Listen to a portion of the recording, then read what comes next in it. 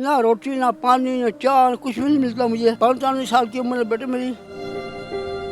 भूखा मारूं पर्चा तो मेरे को सीधा ट्रेन के उसी कर लूँगा बस। मैं यही मरता हूँ मैं। गर्मी बड़ी लगती थी मुझे। कोई भी नहीं पूछता बेटे, बहू नहीं पूछती, ना बच्चा पूछते। तो बाबा से मर गया कि जिंदा तू। यहाँ ऊपर आते ही नहीं है आपके पास? कोई नहीं आता मेरे पास। बहू ने आग लगा दी थी मेरे कमरे में। मैं कहता मेरी मौत आ जाए, मर जाऊँ।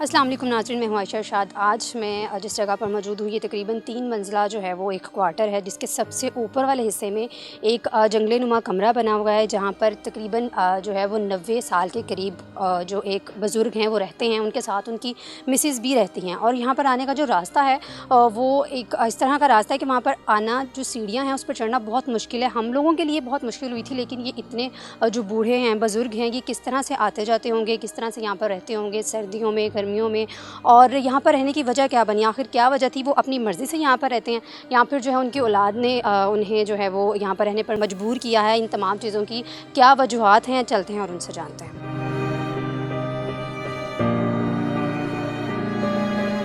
अस्सलाम वालेकुम अंकल, कैसे हैं आप? जी सर। मैं क्या हाल चाल है आपका? को छत पे सोता हूँ, कपड़ा नहीं मिलते, ना रोटी ना पानी ना चाय। कोई नहीं आता, खुला आने पूछी मुझे। मैं कहा मरीज से अपील करता हूँ मुझे मेरी इमदाद की जाए। मैं चाय पानी रोटी मिले मुझे। मैं लोगों से मांगता हूँ, कपड़े भी ज़कात सस्ते लेता हूँ। मैं हुकूमत से मुतालबा करता हूँ मेरी इमदाद की जाए। मुझे ये बताएं कि यहाँ पर ये जो पिंजरा नुमा जगह है, ये जो बना हुआ है कमरे, कब से रह रहे हैं आप यहाँ? मैं 1972 से यहाँ पर ये ऊपर इसी जगह पर रह रहे हैं? नीचे रहते थे। अब शादियाँ बहुओं की होगी, बहुएँ अपने मनमानी कर रही हैं, जो मर्जी करें। मैं पौड़ी बैठ के नाश्ते खाने खाता हूँ। ये जो क्वार्टर है ये आपका है या आपके बेटों का है? मेरा क्वार्टर। आपका है। तो आप यहाँ रहते हैं, वो लोग नीचे रहते हैं? हाँ जी। अच्छा, खाना वगैरह जो है वो लोग देते हैं आपको? कोई आता खाना बाजार से लाता हूँ मैं अपने कैसे टाइम पास करूँ। मैं कहता मेरी मौत आ जाए, मर जाऊँ।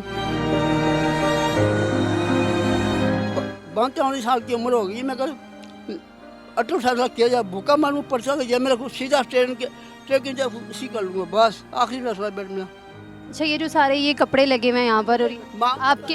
अभी आग लग गई थी नीचे, बहू ने आग लगा दी थी मेरे कमरे में।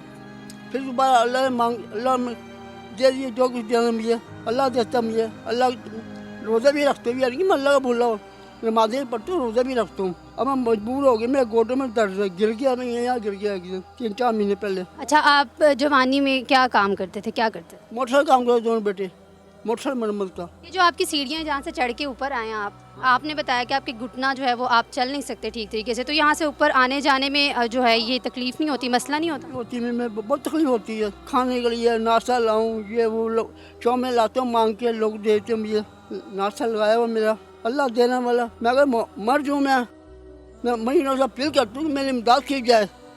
ना रोटी ना पानी ना चाय कुछ भी नहीं मिलता मुझे। 45 साल की उम्र है बेटे मेरी।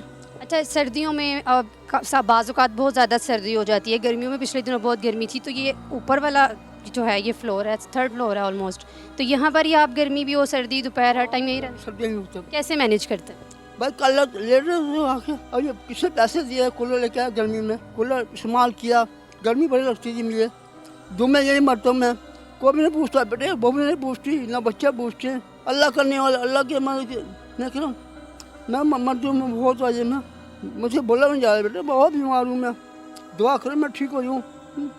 जी, अल्लाह पाक आपको सेहत तंदुरुस्ती दे। अच्छा, ये जैसे यहाँ पर जो है ये जाली लगी हुई है, ऊपर भी कबूतरों का जाला है, तो ये बनाया जो था ये किस लिए बनाया था? ये जगह किस लिए बनाई? बेटे ने बनाया, छोटे बेटे ने।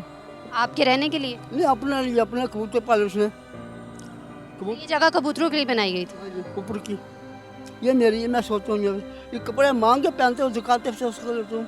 कितने बच्चे हैं आपके? बेटियाँ कितनी और बेटे कितने? 4 बेटी है, एक गुजरात रहती है, 2 रहती है नारवाल गांव में, एक लाहौर में रहती है बस। बेटे दोनों यहाँ ही रहते? हाँ, एक यहाँ रहता है, एक नीचे रहता है बेटा। क्या करते हैं आपके बेटे, क्या काम करते हैं? मोटरसाइकिल की मरम्मत। तो आप करते थे वही? मुझे ना कुछ देते बेटे, ना पूछते आके। कि बाबा जो मर गया कि जिंदा तू। यहाँ ऊपर आते ही नहीं है आपके पास? वो नहीं आता बिल में, चले जाओ तुम, कुंडी लगा कर सो जाओ तुम, रोटी खा के जब मिल जाए कोई मुझे।